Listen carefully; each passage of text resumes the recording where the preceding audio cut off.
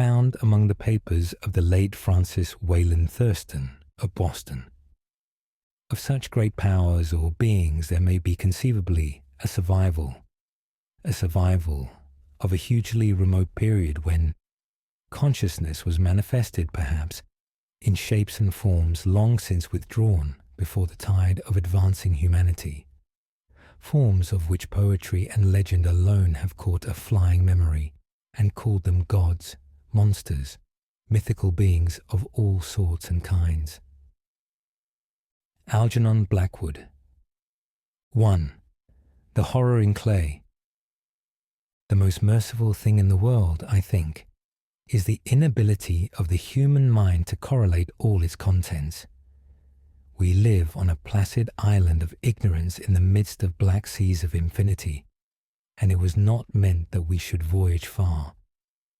The sciences, each straining in its own direction, have hitherto harmed us little, but some day the piecing together of dissociated knowledge will open up such terrifying vistas of reality and of our frightful position therein, that we shall either go mad from the revelation, or flee from the deadly light into the peace and safety of a new dark age.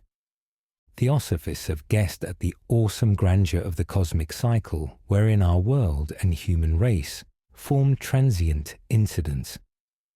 They have hinted at strange survivals in terms which would freeze the blood if not masked by a bland optimism.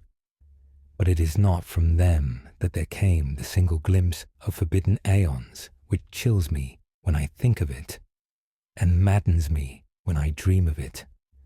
That glimpse, like all dread glimpses of truth, flashed out from an accidental piecing together of separated things, in this case, an old newspaper item and the notes of a dead professor.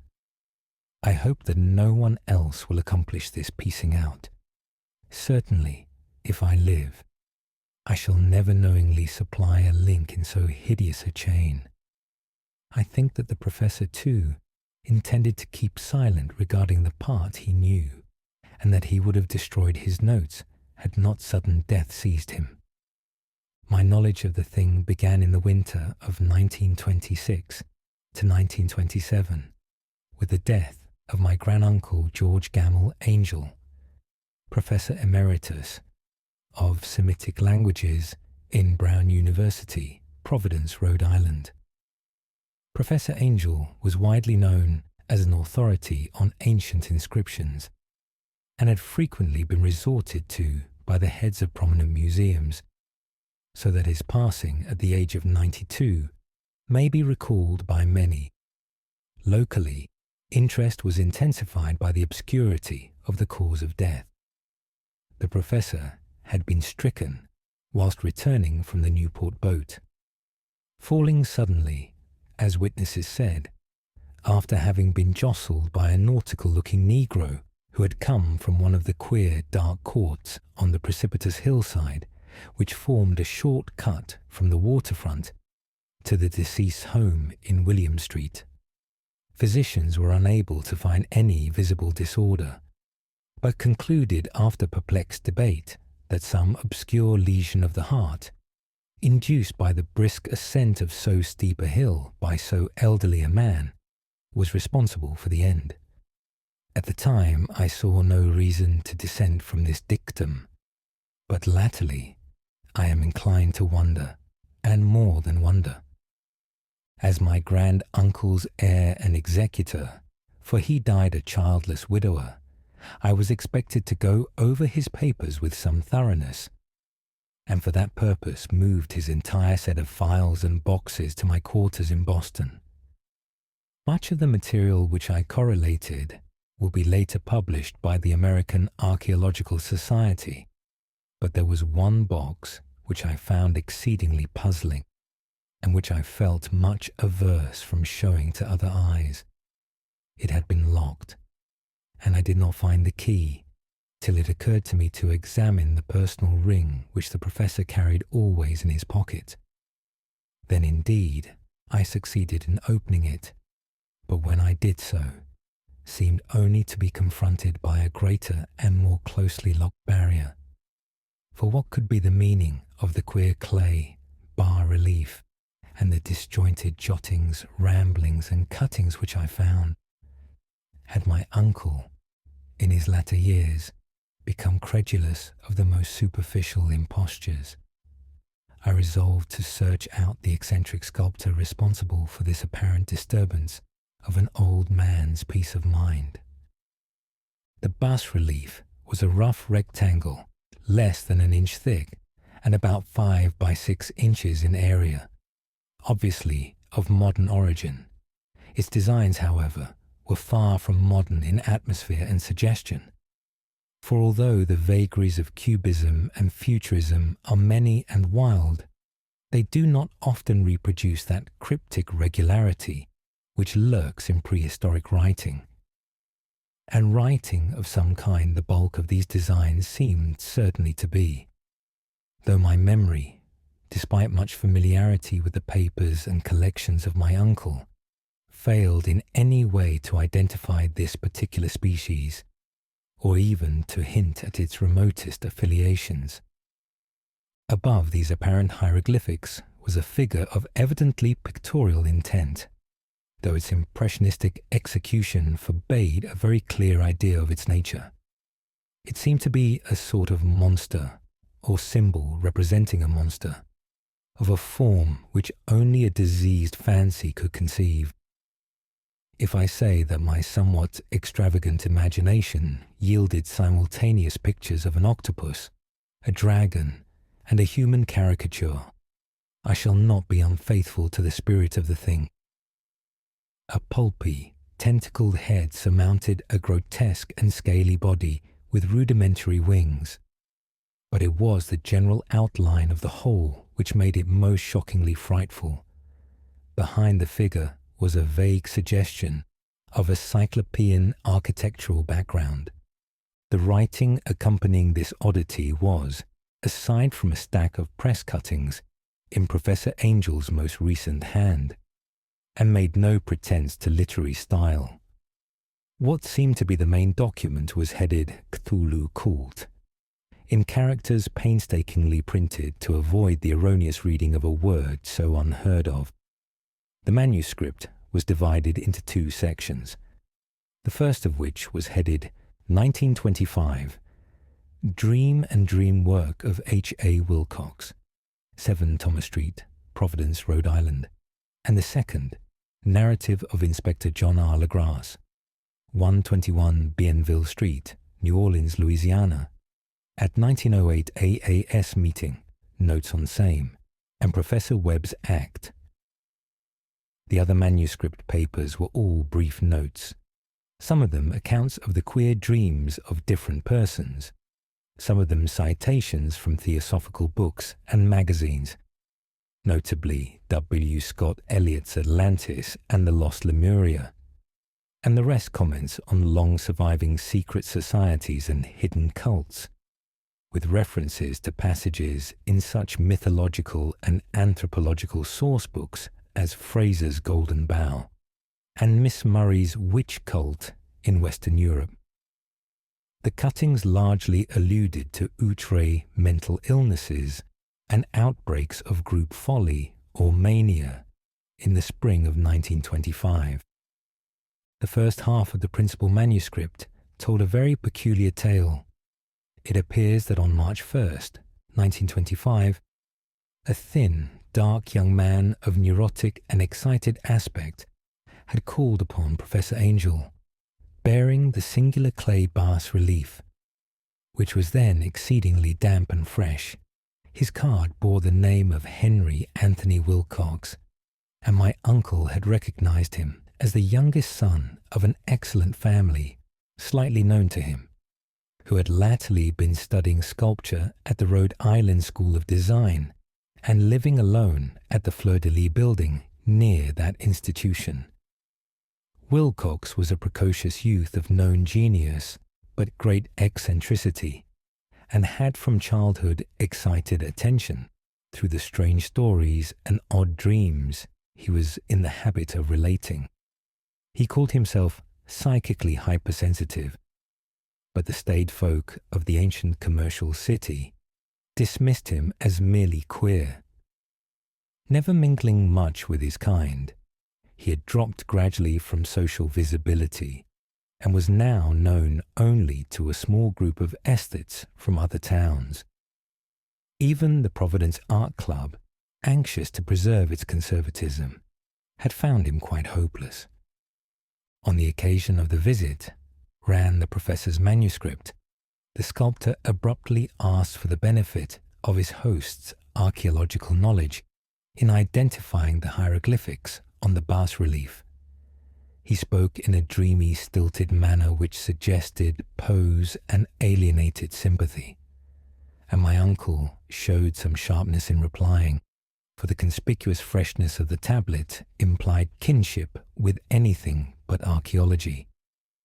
Young Wilcox's rejoinder, which impressed my uncle enough to make him recall and record it verbatim, was of a fantastically poetic cast which must have typified his whole conversation, and which I have since found highly characteristic of him.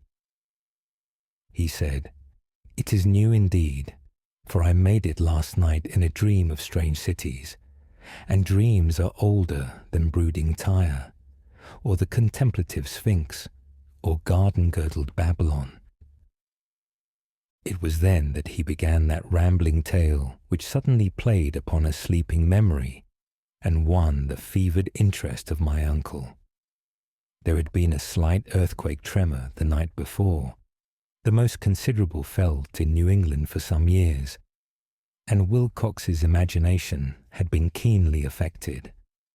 Upon retiring, he had had an unprecedented dream of great cyclopean cities of Titan blocks and sky-flung monoliths, all dripping with green ooze and sinister with latent horror.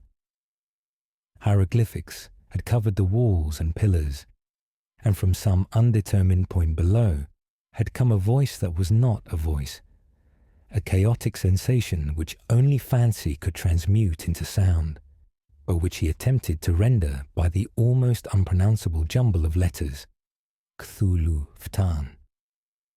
This verbal jumble was the key to the recollection which excited and disturbed Professor Angel.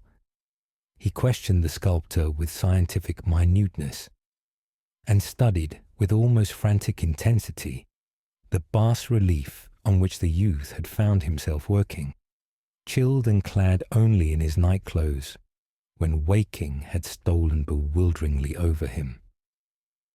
My uncle blamed his old age, Wilcox afterward said, for his slowness in recognizing both hieroglyphics and pictorial design. Many of his questions seemed highly out of place to his visitor, especially those which tried to connect the latter with strange cults or societies, and Wilcox could not understand the repeated promises of silence which he was offered in exchange for an admission of membership in some widespread mystical or paganly religious body. When Professor Angel became convinced that the sculptor was indeed ignorant of any cult or system of cryptic lore, he besieged his visitor with demands for future reports of dreams. This bore regular fruit, for after the first interview, the manuscript records daily calls of the young man, during which he related startling fragments of nocturnal imagery, whose burden was always some terrible cyclopean vista of dark and dripping stone, with a subterrene voice or intelligence shouting monotonously in enigmatical sense impacts uninscribable save as gibberish. The two sounds most frequently repeated are those rendered by the letters Cthulhu and Rulia.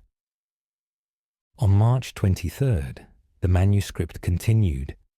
Wilcox failed to appear, and inquiries at his quarters revealed that he had been stricken with an obscure sort of fever and taken to the home of his family in Waterman Street. He had cried out in the night, arousing several other artists in the building, and had manifested since then only alternations of unconsciousness and delirium. My uncle at once telephoned the family, and from that time forward kept close watch of the case. calling often at the Thayer Street office of Dr. Toby, whom he learned to be in charge. The youth's febrile mind, apparently, was dwelling on strange things, and the doctor shuddered now and then as he spoke of them. They included not only a repetition of what he had formerly dreamed, but touched wildly on a gigantic thing miles high, which walked or lumbered about. He had no time fully described this object, but occasional frantic words as repeated by Dr. Toby convinced the professor that it must be identical with the nameless monstrosity he had sought to depict in his dream sculpture. Reference to this object, the doctor added, was invariably a prelude to the young man's subsidence into lethargy. His temperature, oddly enough, was not greatly above normal, but his whole condition was otherwise such as to suggest true fever rather than mental disorder. On April 2nd, at about 3 p.m., every trace of Wilcox's malady suddenly ceased. He sat upright in bed, astonished to find himself at home and completely ignorant of what had happened in dream or reality since the night of March 22nd. Pronounced well by his physician, he returned to his quarters in 3 days, but to Professor Angel he was of no further assistance. All traces of strange dreaming had vanished with his recovery, and my uncle kept no record of his night thoughts after a week of pointless and irrelevant accounts of thoroughly usual visions. Here the first part of the manuscript ended, but references to certain of the scattered notes gave me much material for thought, so much in fact that only the ingrained skepticism then forming my philosophy can account for my continued distrust of the artist. The notes in question were those descriptive of the dreams of various persons covering the same period as that in which young Wilcox had had his strange visitations. My uncle, it seems, had quickly instituted a prodigiously far-flung body of inquiries amongst nearly all the friends whom he could question without impertinence, asking for nightly reports of their dreams and the dates of any notable visions for some time past. The reception of his request seems to have been varied, but he must, at the very least, have received more responses than any ordinary man could have handled without a secretary. This original correspondence was not preserved, but his notes formed a thorough and really significant digest. Average people in society and business, New England's traditional salt of the earth, gave an almost completely negative result, though scattered cases of uneasy but formless nocturnal impressions appear here and there, always between March 23rd and April 2nd, the period of young Wilcox's delirium. Scientific men were little more affected, though 4 cases of vague description suggest fugitive glimpses of strange landscapes, and in one case there is mentioned a dread of something abnormal. It was from the artists and poets that the pertinent answers came, and I know that panic would have broken loose had they been able to compare notes. As it was, lacking their original letters, I half suspected the compiler of having asked leading questions, or of having edited the correspondence in corroboration of what he had latently resolved to see. That is why I continue to feel that Wilcox, somehow cognizant of the old data which my uncle had possessed, had been imposing on the veteran scientist. These responses from aesthetes told a disturbing tale. From February 28th to April 2nd, a large proportion of them had dreamed very bizarre things, the intensity of the dreams being immeasurably the stronger during the period of the sculptor's delirium. Over 1/4 of those who reported anything reported scenes and half sounds, not unlike those which Wilcox had described, and some of the dreamers confessed acute fear of the gigantic nameless thing visible toward the last. One case, which the note describes with emphasis, was very sad. The subject, a widely known architect with leanings toward theosophy and occultism, went violently insane on the date of young Wilcox's seizure, and expired several months later after incessant screamings to be saved from some escaped denizen of hell. Had my uncle referred to these cases by name instead of merely by number, I should have attempted some corroboration and personal investigation. But as it was, I succeeded in tracing down only a few. All of these, however, bore out the notes in full. I have often wondered if all the objects of the professor's questioning felt as puzzled as did this fraction. It is well that no explanation shall ever reach them. The press cuttings, as I've intimated, touched on cases of panic, mania, and eccentricity during the given period. Professor Angel must have employed a cutting bureau, for the number of extracts was tremendous and the sources scattered throughout the globe. Here was a nocturnal suicide in London, where a lone sleeper had leapt from a window after a shocking cry. Here likewise a rambling letter to the editor of a paper in South America, where a fanatic deduces a dire future from visions he has seen. A dispatch from California describes a theosophist colony as donning white robes en masse for some glorious fulfillment which never arrives, whilst items from India speak guardedly of serious native unrest toward the end of March. Voodoo orgies multiply in Haiti, and African outposts report ominous mutterings. American officers in the Philippines find certain tribes bothersome about this time, and New York policemen are mobbed by hysterical Levantines on the night of the March 22nd to 23rd. The west of Ireland, too, is full of wild rumour and legendary, and a fantastic painter named Ardua Bonneau hangs a blasphemous dream landscape in the Paris Spring Salon of 1926, and so numerous are the recorded troubles in insane asylums that only a miracle can have stopped the medical fraternity from noting strange parallelisms and drawing mystified conclusions. A weird bunch of cuttings, all told, and I can at this date scarcely envisage the callous rationalism with which I set them aside. But I was then convinced that young Wilcox had known of the older matters mentioned by the professor. The second tale of Inspector Legrasse. The older matters which had made the sculptor's dream and bas-relief so significant to my uncle formed the subject of the second half of his long manuscript. Once before, it appears, Professor Angel had seen the hellish outlines of the nameless monstrosity, puzzled over the unknown hieroglyphics, and heard the ominous syllables which can be rendered only as Cthulhu. And all this in so stirring and horrible a connection that it is small wonder he pursued young Wilcox with queries and demands for data. The earlier experience had come in 1908, 17 years before, when the American Archaeological Society held its annual meeting in St. Louis. Professor Angel, as befitted one of his authority and attainments, had had a prominent part in all the deliberations, and was one of the first to be approached by the several outsiders who took advantage of the convocation to offer questions for correct answering and problems for expert solution.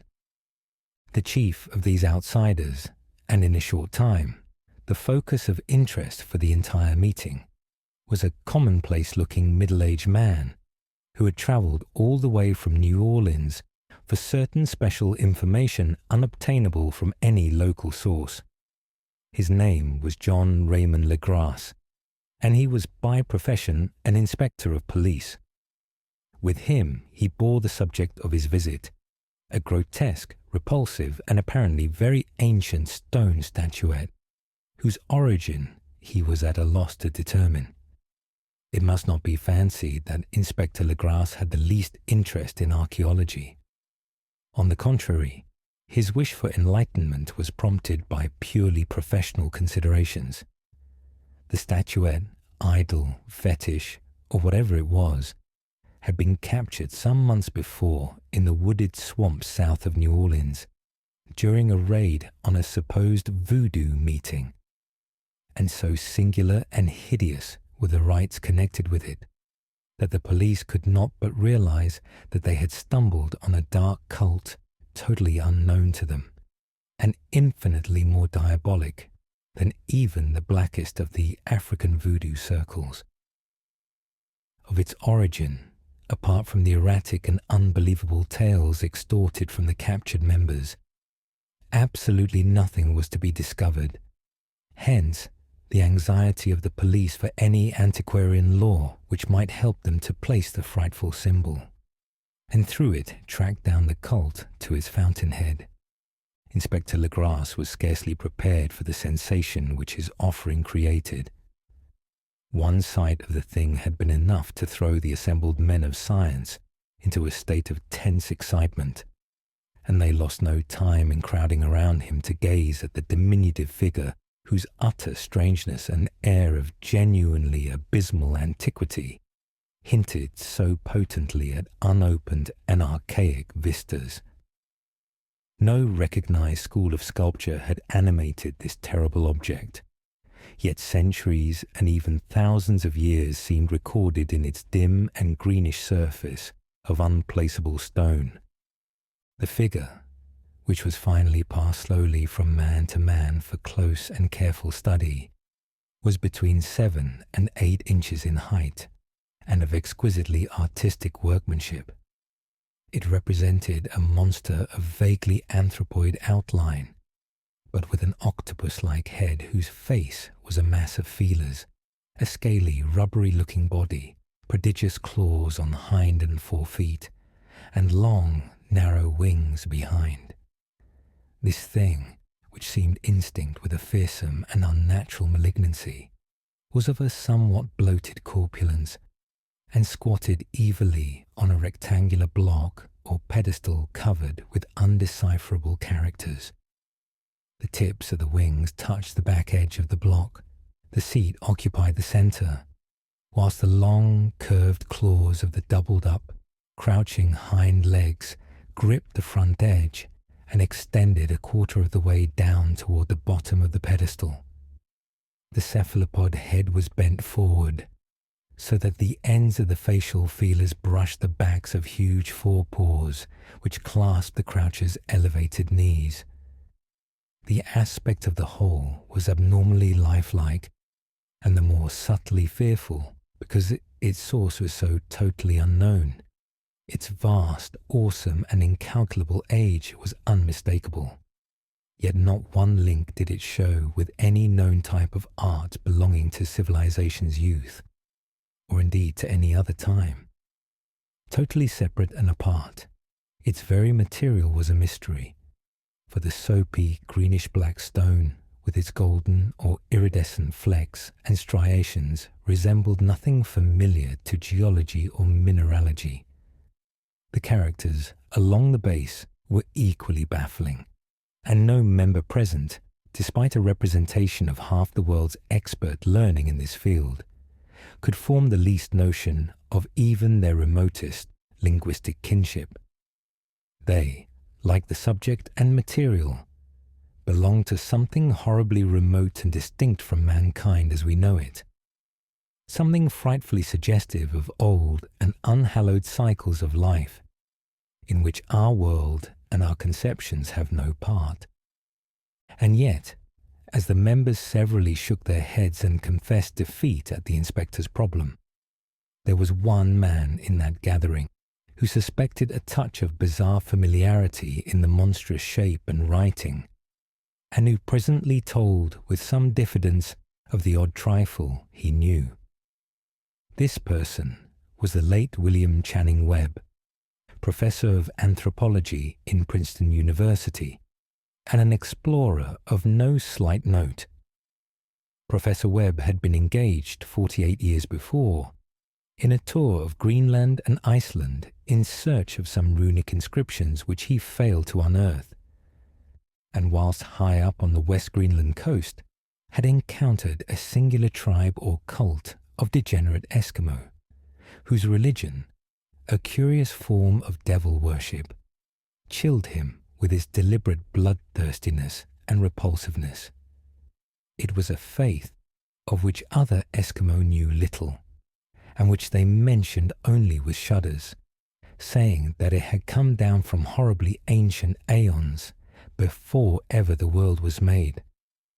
Besides nameless rites and human sacrifices, there were certain queer hereditary rituals addressed to a supreme elder devil or Tornasuk, and of this Professor Webb had taken a careful phonetic copy from an aged Angakok or wizard priest, expressing the sounds in Roman letters as best he knew how. But just now of prime significance was the fetish which this cult had cherished, and around which they danced when the aurora leapt high over the ice cliffs. It was, the professor stated, a very crude bas-relief of stone, comprising a hideous picture and some cryptic writing, and so far as he could tell, it was a rough parallel in all essential features of the bestial thing now lying before the meeting. This data, received with suspense and astonishment by the assembled members, proved doubly exciting to Inspector Legrasse, and he began at once to ply his informant with questions. Having noted and copied an oral ritual among the swamp cult worshippers his men had arrested, he besought the professor to remember as best he might the syllables taken down amongst the diabolist Eskimo. There then followed an exhaustive comparison of details, and a moment of really awed silence when both detective and scientist agreed on the virtual identity of the phrase common to two hellish rituals, so many worlds of distance apart. What, in substance, both the Eskimo wizards and the Louisiana swamp priests had chanted to their kindred idols was something very like this, the word divisions being guessed at from traditional breaks in the phrase as chanted aloud. Funglui mklwinaf, Cthulhu relie, Wuga nagel vtang. Legrasse had one point in advance of Professor Webb, for several among his mongrel prisoners had repeated to him what older celebrants had told them the words meant. This text, as given, ran something like this. In his house at Rillier, dead Cthulhu waits dreaming. And now, in response to a general and urgent demand, Inspector Legrasse related as fully as possible his experience with the swamp worshippers, telling a story to which I could see my uncle attach profound significance. It savoured of the wildest dreams of mythmaker and theosophist, and disclosed an astonishing degree of cosmic imagination among such half-castes and pariahs as might be expected to possess it. On November 1st, 1907, there had come to the New Orleans police a frantic summons from the swamp and lagoon country to the south. The squatters there, mostly primitive but good-natured descendants of Lafitte's men, were in the grip of stark terror from an unknown thing which had stolen upon them in the night. It was voodoo, apparently, but voodoo of a more terrible sort than they had ever known. And some of their women and children had disappeared since the malevolent tom-tom had begun its incessant beating far within the black haunted woods where no dweller ventured. There were insane shouts and harrowing screams, soul-chilling chants and dancing devil flames. And, the frightened messenger added, the people could stand it no more. So a body of 20 police, filling 2 carriages and an automobile, had set out in the late afternoon with the shivering squatter as a guide. At the end of the passable road they alighted, and for miles splashed on in silence through the terrible cypress woods where day never came. Ugly roots and malignant hanging nooses of Spanish moss beset them, and now and then a pile of dank stones or fragment of a rotting wall intensified by its hint of morbid habitation, a depression which every malformed tree and every fungus islet combined to create. At length, the squatter settlement, a miserable huddle of huts, hove in sight, and hysterical dwellers ran out to cluster around the group of bobbing lanterns. The muffled beat of tom-toms was now faintly audible far, far ahead, and a curdling shriek came at infrequent intervals when the wind shifted. A reddish glare, too, seemed to filter through the pale undergrowth beyond endless avenues of forest night. Reluctant even to be left alone again, each one of the cowed squatters refused point-blank to advance another inch toward the scene of unholy worship. So Inspector Legrasse and his 19 colleagues plunged on unguided into black arcades of horror that none of them had ever trod before. The region now entered by the police was one of traditionally evil repute, substantially unknown and untraversed by white men. There were legends of a hidden lake unglimpsed by mortal sight, in which dwelt a huge, formless white polypus thing with luminous eyes, and squatters whispered that bat-winged devils flew up out of caverns in inner earth to worship it at midnight.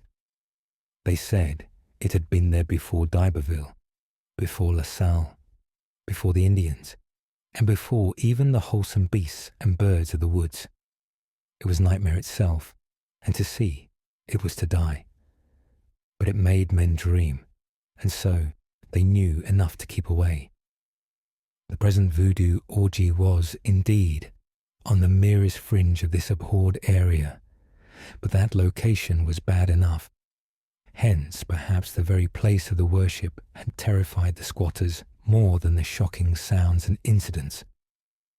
Only poetry or madness could do justice to the noises heard by Legrasse's men as they ploughed on through the black morass toward the red glare and the muffled tom-toms. There are vocal qualities peculiar to men, and vocal qualities peculiar to beasts, and it is terrible to hear the one when the source should yield the other. Animal fury and orgiastic license here whipped themselves to demoniac heights by howls and squawking ecstasies that tore and reverberated through those nighted woods like pestilential tempests from the gulfs of hell. Now and then, the less organized ululation would cease, and from what seemed a well-drilled chorus of hoarse voices would rise in sing-song chant, that hideous phrase or ritual, Funglui Mlwanaf, Cthulhu Rulia, Ugar Nagel Ftan. Then the men, having reached a spot where the trees were thinner, came suddenly in sight of the spectacle itself. 4 of them reeled, 1 fainted, and 2 were shaken into a frantic cry, which the mad cacophony of the orgy fortunately deadened. Legrasse dashed swamp water on the face of the fainting man, and all stood trembling and nearly hypnotized with horror. In a natural glade of the swamp stood a grassy island of perhaps an acre's extent, clear of trees and tolerably dry. On this now leaped and twisted a more indescribable horde of human abnormality than any but a Sime or an Angarola could paint. Void of clothing, this hybrid spawn were braying, bellowing, and writhing about a monstrous ring-shaped bonfire, in the centre of which, revealed by occasional rifts in the curtain of flame, stood a great granite monolith some 8 feet in height, on top of which, incongruous with its diminutiveness, rested the noxious carven statuette. From a wide circle of 10 scaffolds set up at regular intervals, with the flame-girt monolith as a centre hung, head downward, the oddly marred bodies of the helpless squatters who had disappeared. It was inside this circle that the ring of worshippers jumped and roared, the general direction of the mass motion being from left to right, in endless bacchanal between the ring of bodies and the ring of fire. It may have been only imagination, and it may have been only echoes which induced one of the men, an excitable Spaniard, to fancy he heard antiphonal responses to the ritual from some far and unillumined spot deeper within the wood of ancient legendary and horror. This man, Joseph D. Galvez, I later met and questioned, and he proved distractingly imaginative.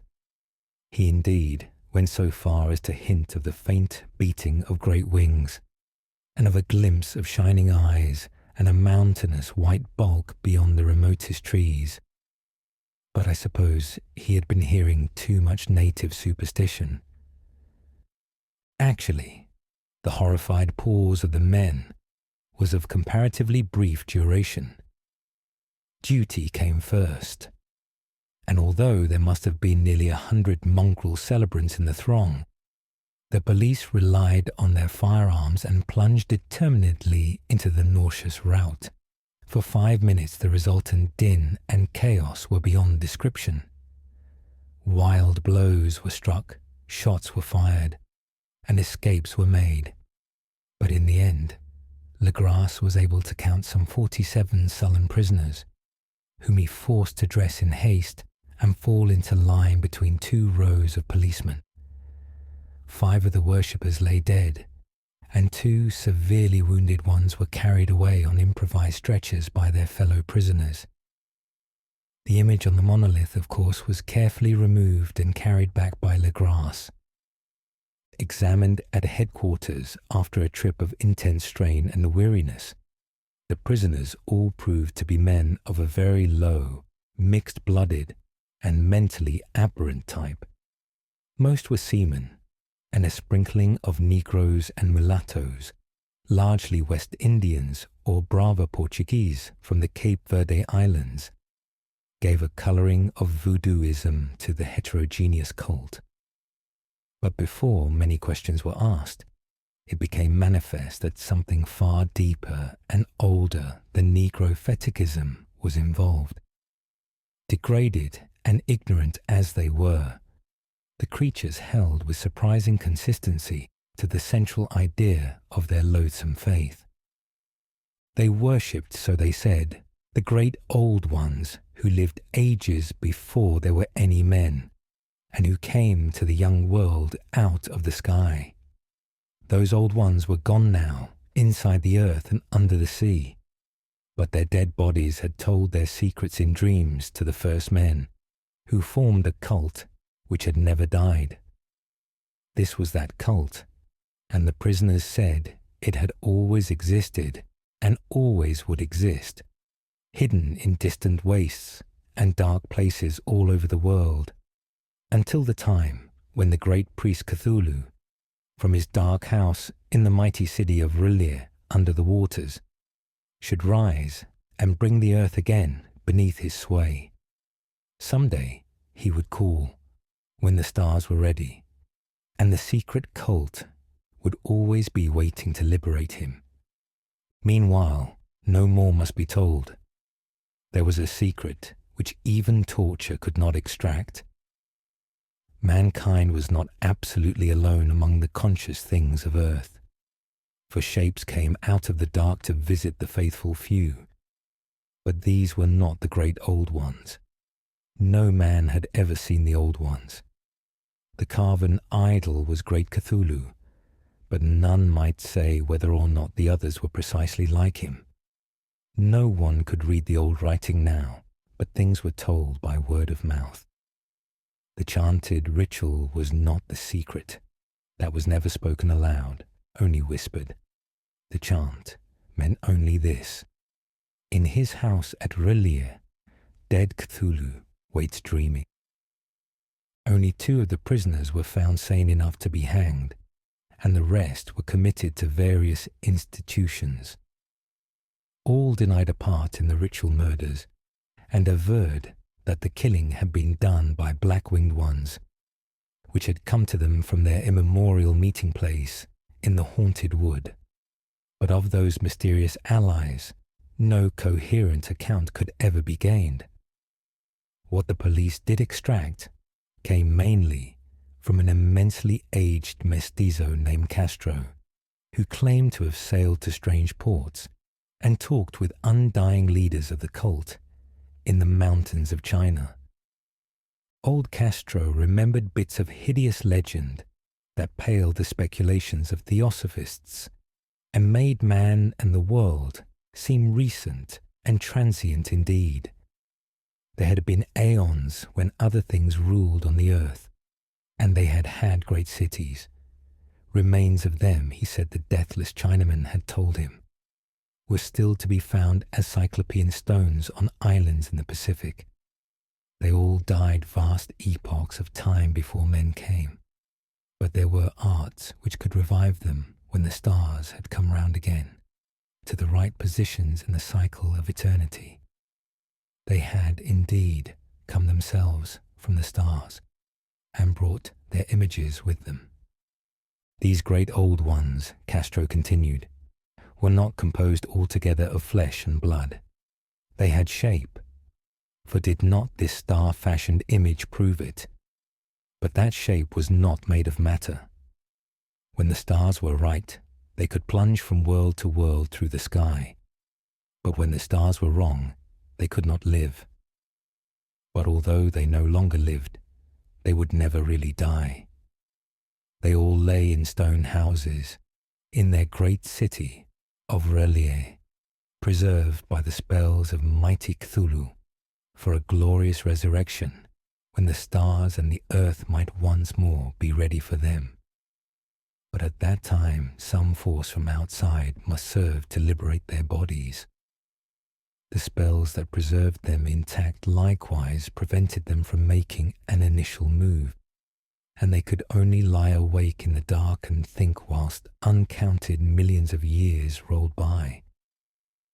They knew all that was occurring in the universe, but their mode of speech was transmitted thought.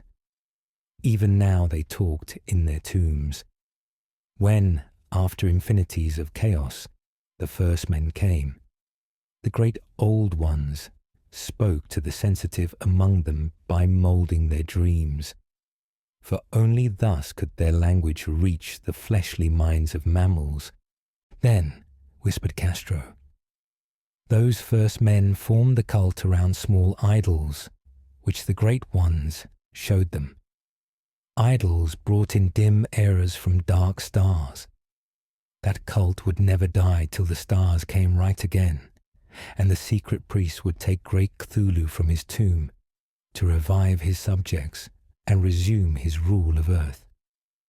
The time would be easy to know, for then mankind would have become as the great old ones, free and wild and beyond good and evil, with laws and morals thrown aside and all men shouting and killing and revelling in joy. Then the liberated old ones would teach them new ways to shout and kill and revel and enjoy themselves, and all the earth would flame with a holocaust of ecstasy and freedom. Meanwhile, the cult, by appropriate rites, must keep alive the memory of those ancient ways and shadow forth the prophecy of their return. In the elder time, chosen men had talked with the entombed old ones in dreams, but then something had happened. The great stone city, Relier, with its monoliths and sepulchres, had sunk beneath the waves, and the deep waters, full of the one primal mystery through which not even thought can pass, had cut off the spectral intercourse. But memory never died, and High Priest said that the city would rise again when the stars were right.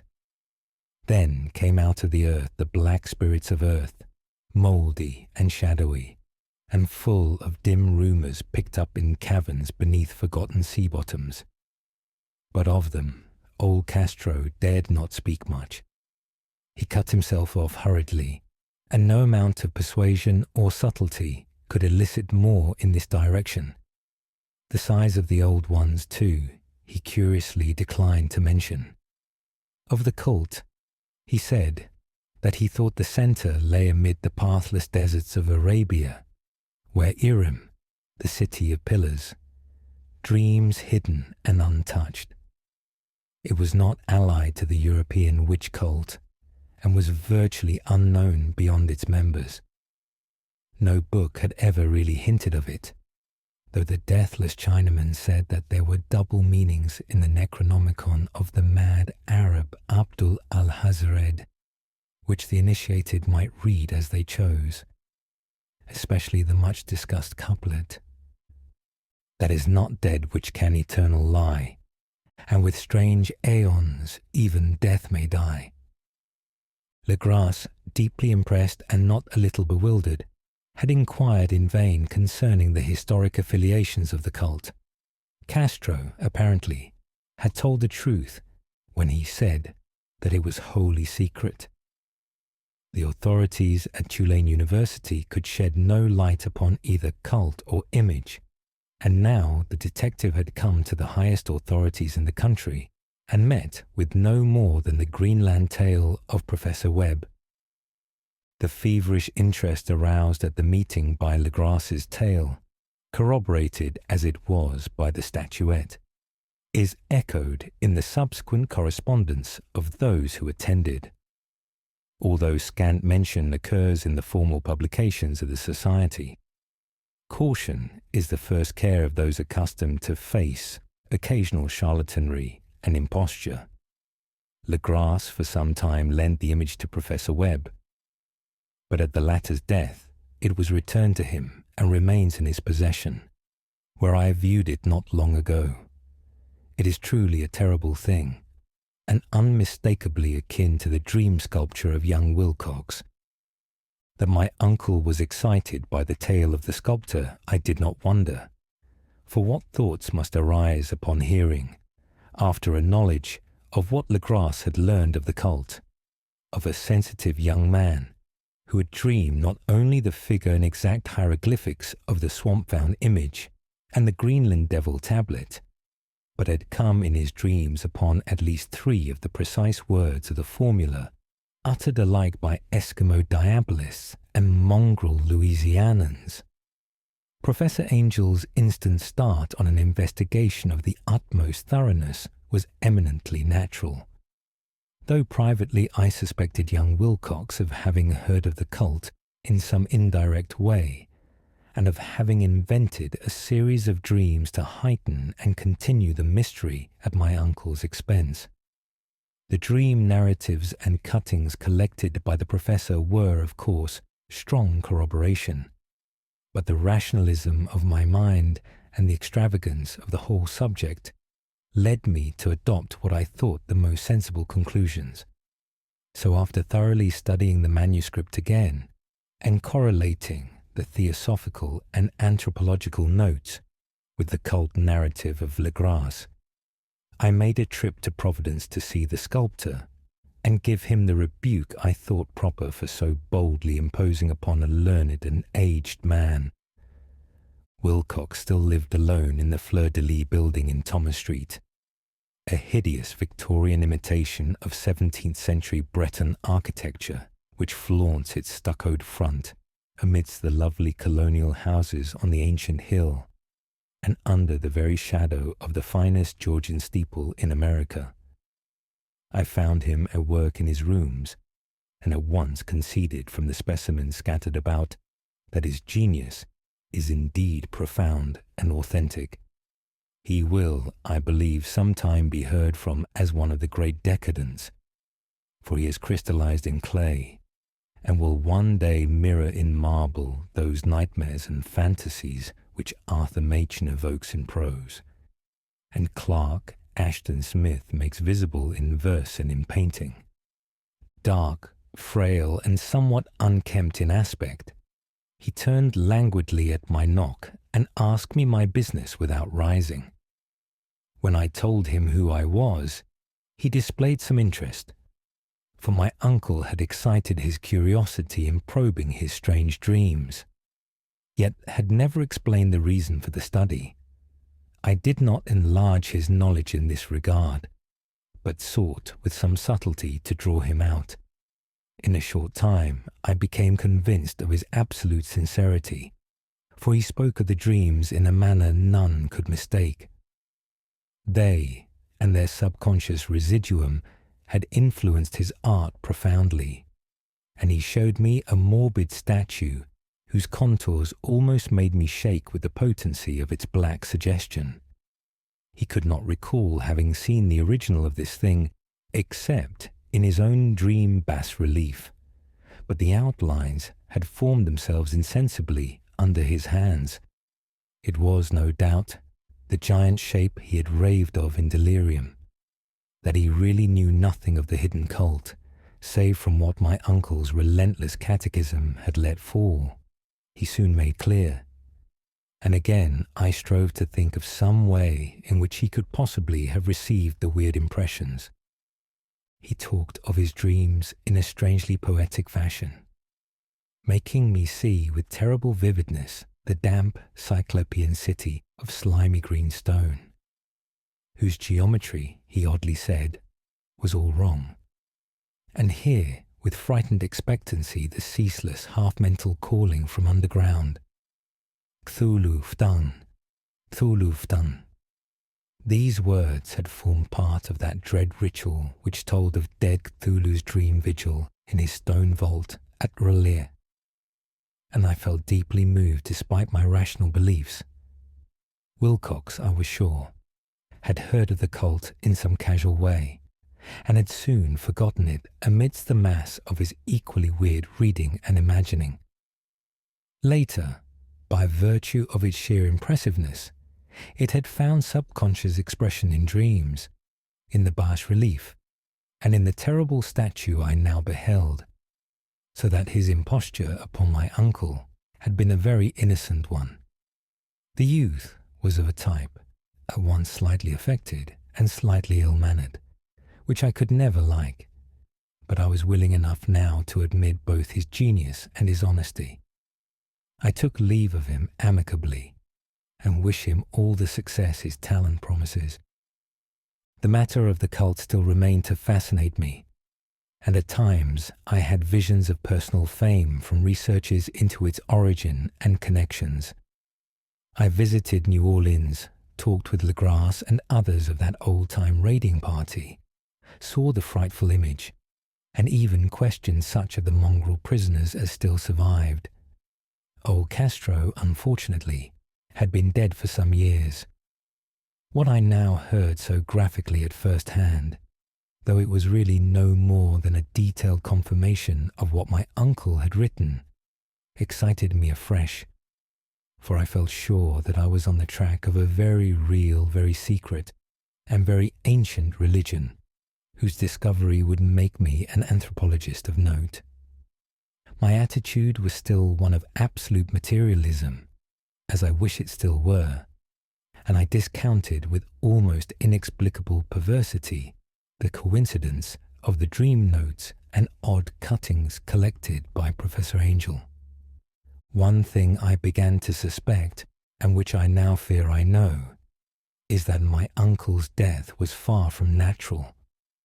He fell on a narrow hill street leading up from an ancient waterfront swarming with foreign mongrels, after a careless push from a Negro sailor.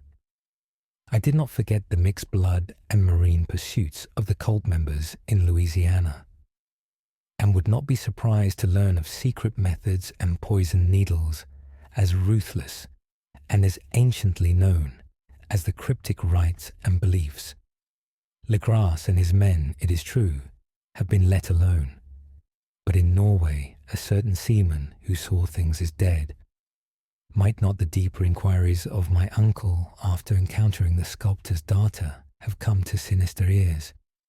I think Professor Angel died because he knew too much, or because he was likely to learn too much. Whether I shall go as he did remains to be seen, for I have learned much now. The third madness from the sea. if heaven ever wishes to grant me a boon, it will be a total effacing of the results of a mere chance, which fixed my eye on a certain stray piece of shelf paper.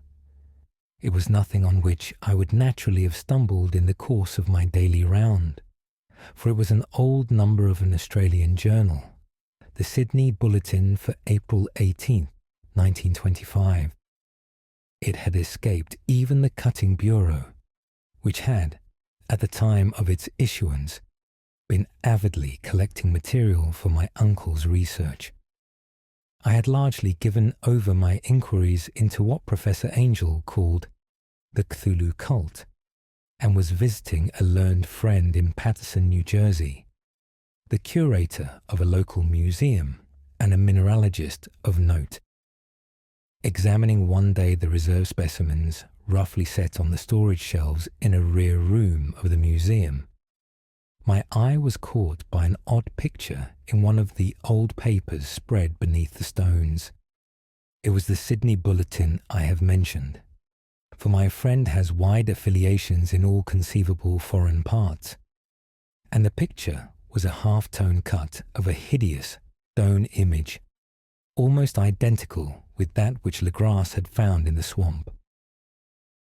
Eagerly clearing the sheet of its precious contents, I scanned the item in detail and was disappointed to find it of only moderate length.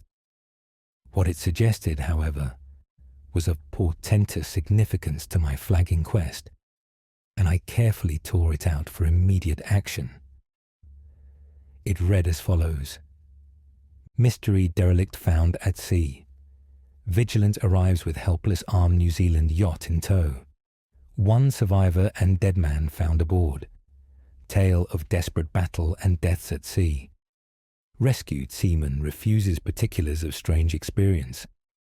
Odd idol found in his possession. Inquiry to follow. The Morrison Cummins freighter Vigilant, bound from Valparaiso, arrived this morning at its wharf in Darling Harbour, having in tow the battled and disabled but heavily armed steam yacht Alert of Dunedin, NZ, which was sighted April 12th in S latitude 34 degrees 21 minutes, W longitude 152 degrees 17 minutes, with one living and one dead man aboard. The Vigilant left Valparaiso March 25th, and on April 2nd was driven considerably south of her course by exceptionally heavy storms and monster waves.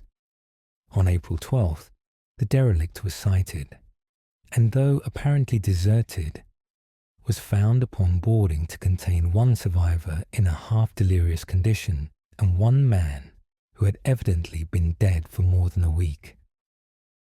The living man was clutching a horrible stone idol of unknown origin, about a foot in height, regarding whose nature authorities at Sydney University, the Royal Society, and the museum in College Street all profess complete bafflement, and which the survivor says he found in the cabin of the yacht in a small carved shrine of common pattern.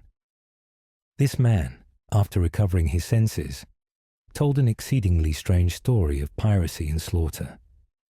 He is Gustaf Johansen, a Norwegian of some intelligence, and had been second mate of the two-masted schooner Emma of Auckland, which sailed for Callao February 20th with a complement of 11 men. The Emma, he says, was delayed and thrown widely south of her course by the great storm of March 1st, and on March 22nd, in south latitude 49 degrees 51 minutes, west longitude 128 degrees 34 feet, encountered the Alert, manned by a queer and evil-looking crew of Kanakas and half-castes.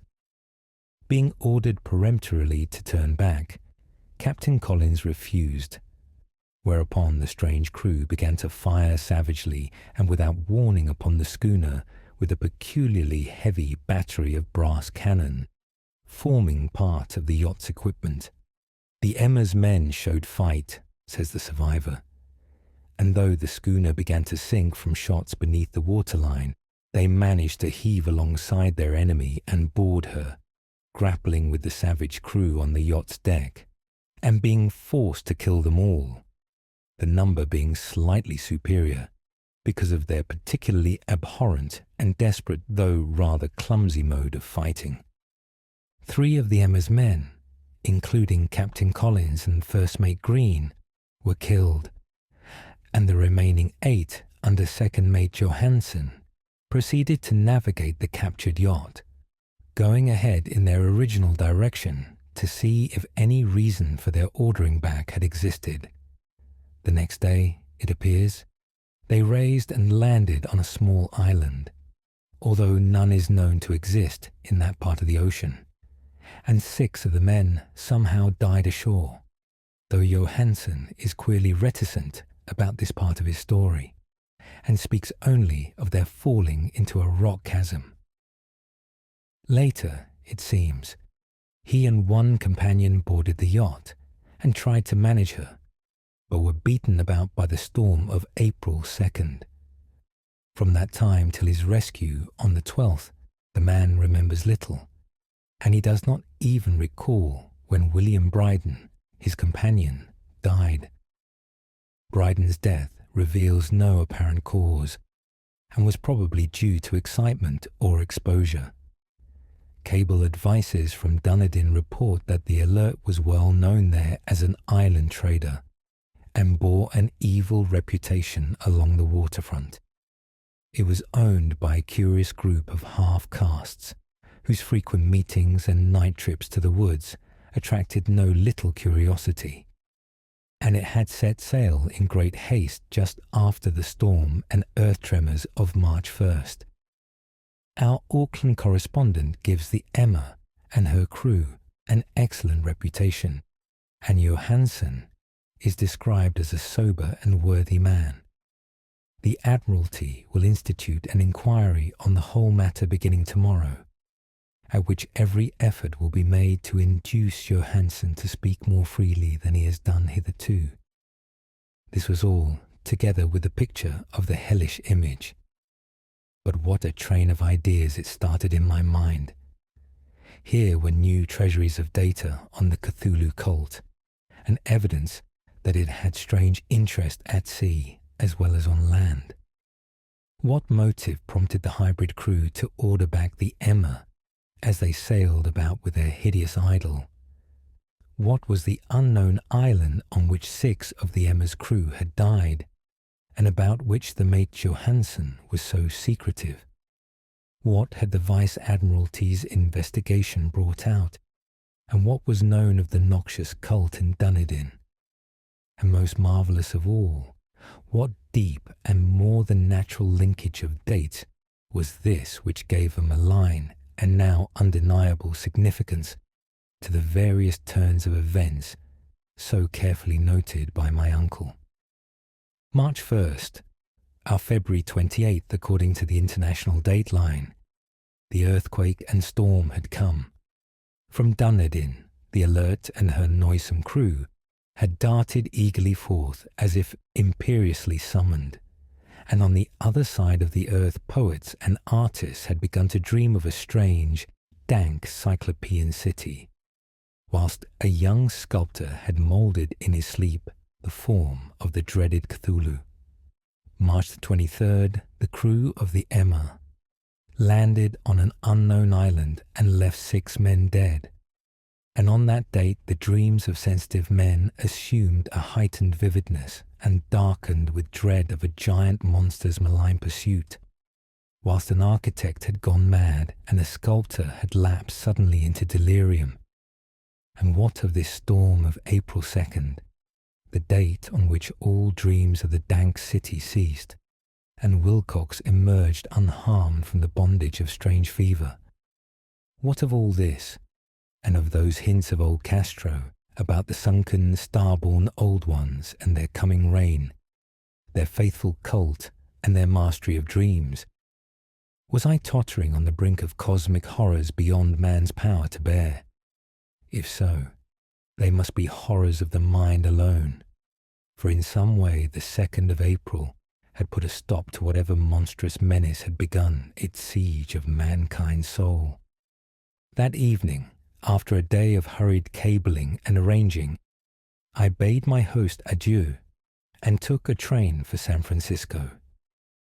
In less than a month, I was in Dunedin, where, however, I found that little was known of the strange cult members who had lingered in the old sea taverns.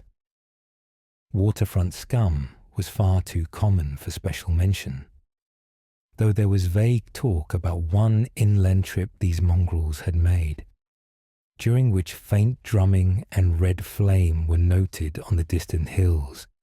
In Auckland, I learned that Johansen had returned with yellow hair turned white after a perfunctory and inconclusive questioning at Sydney, and had thereafter sold his cottage in West Street and sailed with his wife to his old home in Oslo. Of his stirring experience he would tell his friends no more than he had told the Admiralty officials, and all they could do was to give me his Oslo address.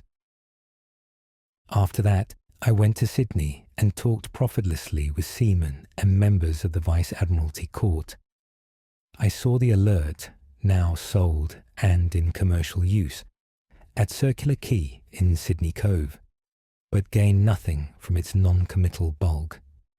The crouching image, with its cuttlefish head, dragon body, scaly wings, and hieroglyphed pedestal, was preserved in the museum at Hyde Park, and I studied it long and well, finding it a thing of balefully exquisite workmanship, and with the same utter mystery, terrible antiquity, and unearthly strangeness of material which I had noted in Legras's smaller specimen.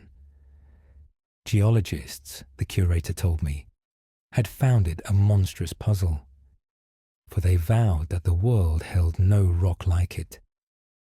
Then I thought with a shudder of what old Castro had told Legras about the primal great ones.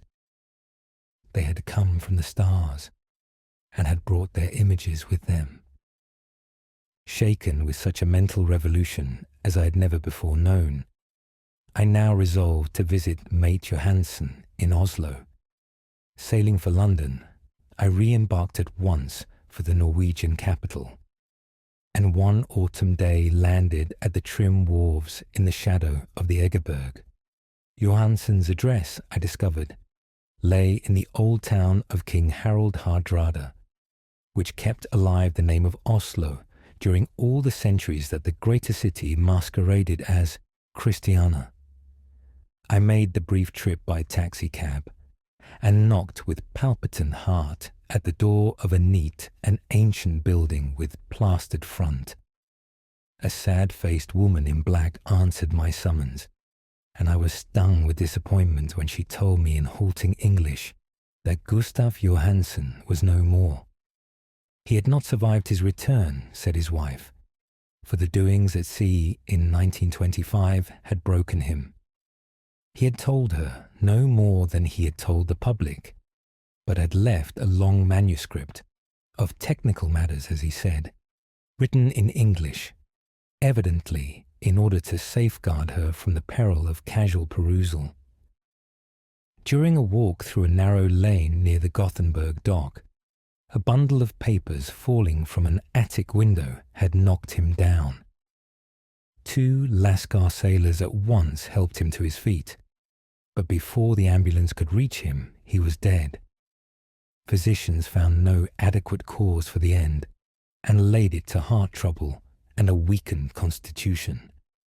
I now felt gnawing at my vitals that dark terror which will never leave me till I, too, am at rest, accidentally or otherwise. Persuading the widow that my connection with her husband's technical matters was sufficient to entitle me to his manuscript, I bore the document away and began to read it on the London boat. It was a simple, rambling thing, a naive sailor's effort at a post facto diary, and strove to recall day by day that last awful voyage. I cannot attempt to transcribe it verbatim in all its cloudiness and redundance, but I will tell its gist enough to show why the sound of the water against the vessel's sides became so unendurable to me that I stopped my ears with cotton. Johansen, thank God, did not know quite all, even though he saw the city and the thing. But I shall never sleep calmly again when I think of the horrors that lurk ceaselessly behind life in time and in space, and of those unhallowed blasphemies from elder stars which dream beneath the sea, known and favoured by a nightmare cult ready and eager to loose them on the world whenever another earthquake shall heave their monstrous stone city again to the sun and air. Johansen's voyage had begun just as he told it to the Vice-Admiralty. The Emma, in ballast, had cleared Auckland on February 20th, and had felt the full force of that earthquake-born tempest, which must have heaved up from the sea bottom the horrors that filled men's dreams. Once more under control, the ship was making good progress when held up by the Alert on March 22nd, and I could feel the mate's regret as he wrote of her bombardment and sinking. Of the swarthy cult fiends on the Alert, he speaks with significant horror. There was some peculiarly abominable quality about them, which made their destruction seem almost a duty. And Johansen shows ingenuous wonder at the charge of ruthlessness brought against his party during the proceedings of the Court of Inquiry.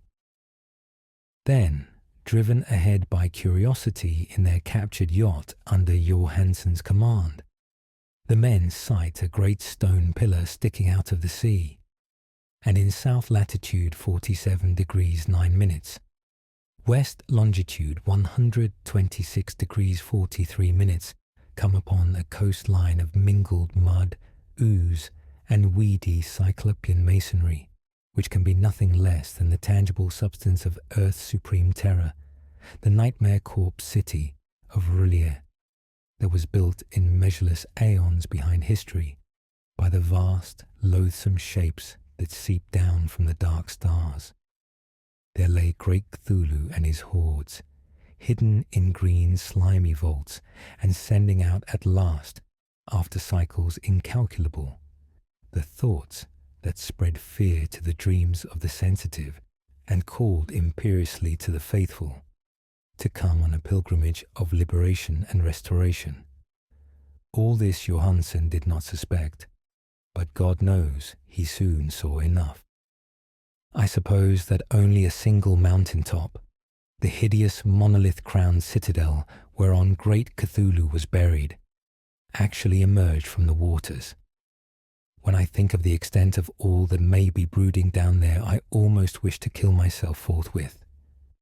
Johansen and his men were awed by the cosmic majesty of this dripping Babylon of elder demons, and must have guessed without guidance that it was nothing of this or of any sane planet, or at the unbelievable size of the greenish stone blocks, at the dizzying height of the great carven monolith, and at the stupefying identity of the colossal statues and bas-reliefs with the queer image found in the shrine on the Alert, is poignantly visible in every line of the mate's frightened description. Without knowing what futurism is like, Johansen achieved something very close to it when he spoke of the city. For instead of describing any definite structure or building, he dwells only on broad impressions of vast angles and stone surfaces, surfaces too great to belong to anything right or proper for this earth, and impious with horrible images and hieroglyphs. I mention his talk about angles because it suggests something Wilcox had told me of his awful dreams. He had said that the geometry of the dream place he saw was abnormal, non-Euclidean, and loathsomely redolent of spheres and dimensions apart from ours. Now, an unlettered seaman felt the same thing whilst gazing at the terrible reality. Johansen and his men landed at a sloping mud bank on this monstrous acropolis, and clambered slipperily up over Titan oozy blocks, which could have been no mortal staircase. The very sun of heaven seemed distorted when viewed through the polarizing miasma welling out from this sea-soaked perversion, and twisted menace and suspense lurked leeringly in those crazily elusive angles of carven rock, where a second glance showed concavity, after the first showed convexity. Something very like fright had come over all the explorers before anything more definite than rock and ooze and weed was seen. Each would have fled had he not feared the scorn of the others, and it was only half-heartedly that they searched, vainly, as it proved, for some portable souvenir to bear away. It was Rodriguez the Portuguese who climbed up the foot of the monolith and shouted of what he had found. The rest followed him and looked curiously at the immense carved door with the now familiar squid dragon bas-relief. It was, Johansen said, like a great barn door, and they all felt that it was a door because of the ornate lintel, threshold, and jambs around it, though they could not decide whether it lay flat like a trapdoor or slantwise like an outside cellar door. As Wilcox would have said, the geometry of the place was all wrong. One could not be sure that the sea and the ground were horizontal. Hence, the relative position of everything else seemed phantasmally variable. Bryden pushed at the stone in several places without result. Then Donovan felt over it delicately around the edge, pressing each point separately as he went. He climbed interminably along the grotesque stone moulding. That is, one would call it climbing, if the thing was not after all horizontal. And the men wondered how any door in the universe could be so vast. Then, very softly and slowly, the acre-great panel began to give inward at the top, and they saw that it was balanced. Donovan slid or somehow propelled himself down or along the jamb and rejoined his fellows, and everyone watched the queer recession of the monstrously carven portal. In this fantasy of prismatic distortion, it moved anomalously in a diagonal way, so that all the rules of matter and perspective seemed upset. The aperture was black with a darkness almost material. That tenebrousness was indeed a positive quality, for it obscured such parts of the inner walls as ought to have been revealed, and actually burst forth like smoke from its aeon-long imprisonment, visibly darkening the sun as it slunk away into the shrunken and gibbous sky on flapping membranous wings. The odour arising from the newly opened depths was intolerable, and at length the quick-eared Hawkins thought he heard a nasty, slopping sound down there. Everyone listened, and everyone was listening still, when it lumbered slobberingly into sight and gropingly squeezed its gelatinous green immensity through the black doorway into the tainted outside air of that poison city of madness. Poor Johansen's handwriting almost gave out when he wrote of this. Of the 6 men who never reached the ship, he thinks 2 perished of pure fright in that accursed instant. The thing cannot be described. There is no language for such abysms of shrieking and immemorial lunacy, such eldritch contradictions of all matter, force, and cosmic order. A mountain walked or stumbled. God, what wonder that across the earth a great architect went mad, and poor Wilcox raved with fever in that telepathic instant. The thing of the idols, the green sticky spawn of the stars, had awaked to claim his own. The stars were right again, and what an age-old cult had failed to do by design, a band of innocent sailors had done by accident. After vigintillions of years, great Cthulhu was loose again, and ravening for delight. 3 men were swept up by the flabby claws before anybody turned. God rest them, if there be any rest in the universe. They were Donovan, Guerrera, and Ångström. Parker slipped as the other 3 were plunging frenziedly over endless vistas of green-crusted rock to the boat, and Johansson swears he was swallowed up by an angle of masonry which shouldn't have been there, an angle which was acute, but behaved as if it were obtuse. So only Bryden and Johansson reached the boat, and pulled desperately for the Alert as the mountainous monstrosity flopped down the slimy stones and hesitated, floundering at the edge of the water. Steam had not been suffered to go down entirely, despite the departure of all hands for the shore, and it was the work of only a few moments of feverish rushing up and down between wheel and engines to get the Alert under way. Slowly, amidst the distorted horrors of that indescribable scene, she began to churn the lethal waters, whilst on the masonry of that charnel shore that was not of earth the tightened thing from the stars slavered and gibbered like Polypheme cursing the fleeing ship of Odysseus.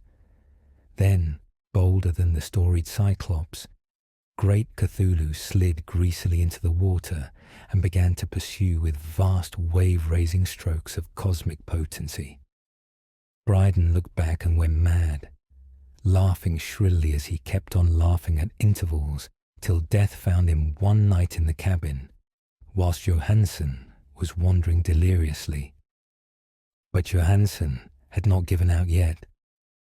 Knowing that the thing could surely overtake the Alert until steam was fully up, he resolved on a desperate chance, and setting the engine for full speed, ran lightning-like on deck and reversed the wheel.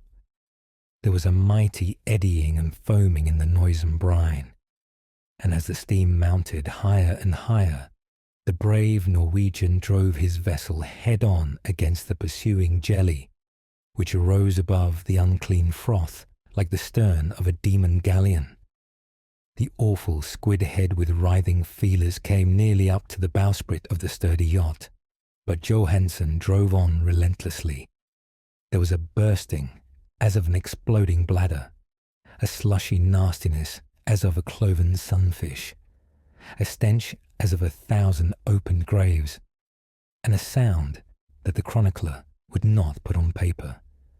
For an instant the ship was befouled by an acrid and blinding green cloud, and then there was only a venomous seething astern, where, God in heaven, the scattered plasticity of that nameless sky spawn was nebulously recombining in its hateful original form, whilst its distance widened every second as the Alert gained impetus from its mounting steam.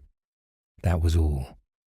After that, Johansson only brooded over the idol in the cabin and attended to a few matters of food for himself and the laughing maniac by his side. He did not try to navigate after the first bold flight, for the reaction had taken something out of his soul. Then came the storm of April 2nd, and a gathering of the clouds about his consciousness. There is a sense of spectral whirling through liquid gulfs of infinity, of dizzying rides through reeling universes on a comet's tail, and of hysterical plunges from the pit to the moon, and from the moon back again to the pit, all livened by a cachinating chorus of the distorted, hilarious elder gods and the green, bat-winged mocking imps of Tartarus. Out of that dream came rescue. The Vigilant, the Vice Admiralty Court, the streets of Dunedin, and the long voyage back home to the old house by the Iggeberg. He could not tell. They would think him mad. He would write of what he knew before death came, but his wife must not guess. Death would be a boon if only it could blot out the memories. That was the document I read, and now I have placed it in the tin box beside the bas relief and the papers of Professor Angel. With it shall go this record of mine, this test of my own sanity, wherein is pieced together that which I hope may never be pieced together again. I have looked upon all that the universe has to hold of horror, and even the skies of spring and the flowers of summer must ever afterward be poison to me. But I do not think my life will be long. As my uncle went, as poor Johansen went, so I shall go. I know too much, and the cult still lives. Cthulhu still lives too, I suppose, again in that chasm of stone which has shielded him since the sun was young. His accursed city is sunken once more, for the Vigilance sailed over the spot after the April storm. But his ministers on earth still bellow and prance and slay around idol-capped monoliths in lonely places. He must have been trapped by the sinking whilst within his black abyss, or else the world would by now be screaming with fright and frenzy. Who knows the end? What has risen may sink, and what has sunk may rise. Loathsomeness waits and dreams in the deep, and decay spreads over the tottering cities of men. A time will come, but I must not and cannot think. Let me pray that if I do not survive this manuscript, my executors may put caution before audacity and see that it meets no other eye. Love the story? Add this classic to your shelf. Just use the Amazon link in the description. Every purchase helps the channel, and I truly appreciate your support. Thank you for listening. Before you go, please consider treating yourself to a free audiobook on Audible. Just click the link in the description, start your free trial, and dive into thousands of classics. No strings attached. Your first book is on the house, and it helps support the channel. Happy listening.